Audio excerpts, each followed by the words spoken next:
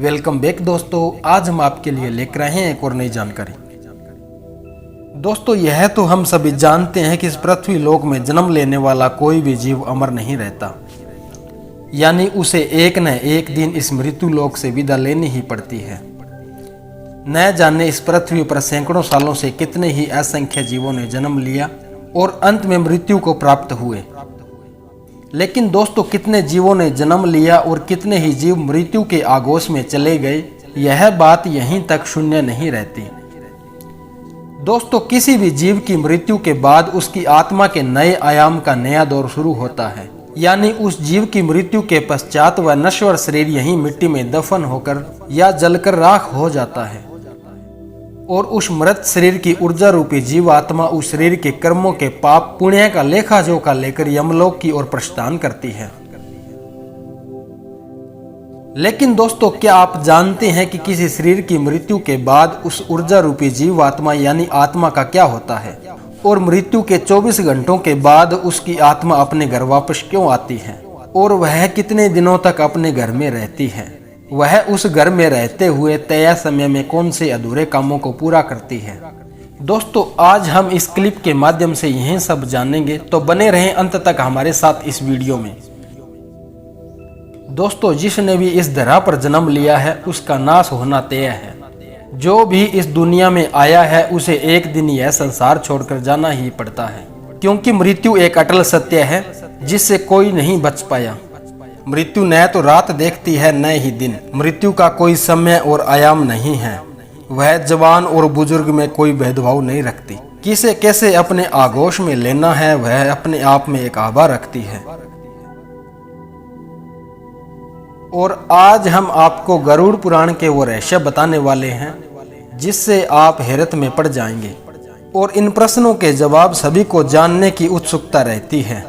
गरुड़ पुराण के अनुसार बताया गया है कि जब किसी जीव की मृत्यु होती है, जहां उसके जीवन का संपूर्ण लेखा जोखा यमलोक में उस जीवात्मा को दिखाया जाता है, जिसमें यह आंकलन होता है कि इस जीवन के रहते हुए इस जीवात्मा ने अपने जीवन में कितने पुण्य और पाप कर्म किए हैं।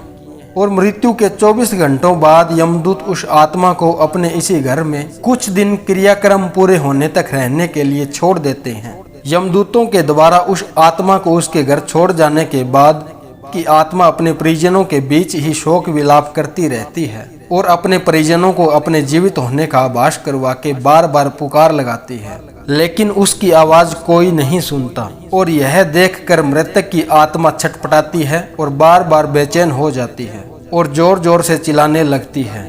उसकी यह आवाज कोई नहीं सुनता और तब वह मृतक की आत्मा अपने मृतक शरीर में प्रवेश करने की बार बार नाकाम कोशिश करती है, लेकिन वह यमदूत के पास में बंधे रहने के कारण मृतक शरीर में प्रवेश नहीं कर पाती, जिसके कारण मृतक शरीर में पुनः सांसों का चलना यह नियम संसार में टूटने से बचा रहता है। इसके अलावा गरुड़ पुराण में यह भी बताया गया है कि किसी स्वजन की मृत्यु के पश्चात जब उसके सगे संबंधी रोते बिलखते हैं तो उस मृतक की आत्मा भी रोने लगती है, जिसके कारण मृतक की आत्मा यह सब देखकर बहुत ही ज्यादा दुखी हो जाती है। लेकिन उस समय वह कुछ नहीं कर पाती और अपने जीवन में किए हुए कर्मों को याद करके बार बार संताप करने लगती है। जब मृत्यु के बाद आत्मा की 24 घंटों बाद घर वापसी होती है तो क्या होता है?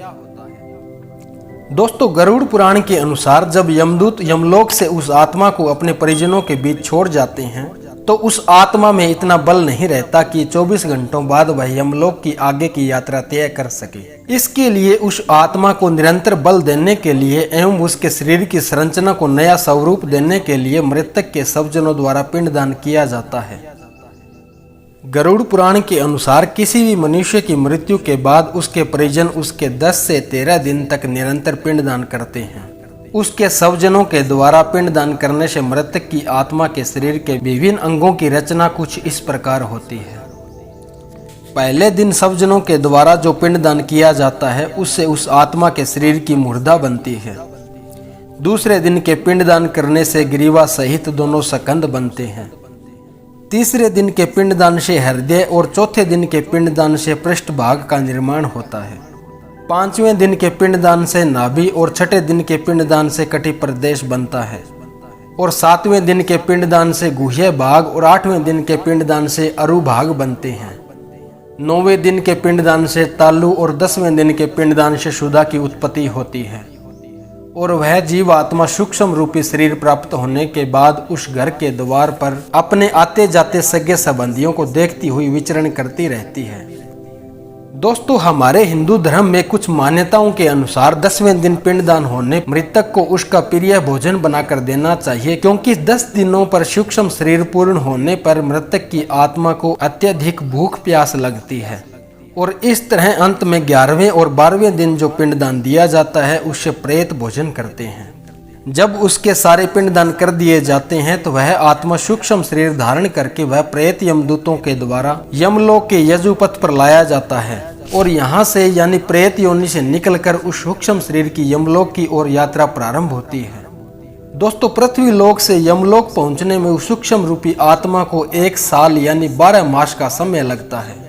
गरुड़ पुराण के अनुसार यह 13 दिनों तक किया गया पिंडदान और 13वें दिन सभी को करवाया गया भोजन उस आत्मा को 12 मास के भोजन की तृप्ति को शांत करता है।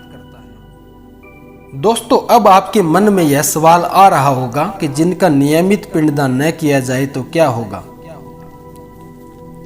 गरुड़ पुराण के अनुसार जिस मृतक के नियमित रूप से पिंडदान न किए गए हों तो उसके शरीर के सारे अंग ना बनने की वजह से वह जीव आत्मा इसी पृथ्वी लोक में प्रेत योनि में अनंत काल तक भटकती रहेगी और जीवित प्राणियों को अपने मौजूद होने का एहसास करवाती रहेगी। दोस्तों, मनुष्य अपने कर्मों के कारण ही मृत्यु के पश्चात होने वाली यातनाओं को भोगता है। जो व्यक्ति जितना अपने जीवन में इस भौतिक शरीर के द्वारा पाप कर्म करता है उसका जीवन मृत्यु के पश्चात होने वाली यमलोक की यात्रा उतनी ही कठिन और कष्टदायी होगी। और जो मनुष्य अपने जीवन में जितना ही गुणकारी, सरलकारी और दानकारी और अच्छे स्वभाव वाला होगा उसका जीवन मृत्यु के पश्चात आगे की यात्रा के लिए उतना ही सरल, संगम और सुखदायी होगा।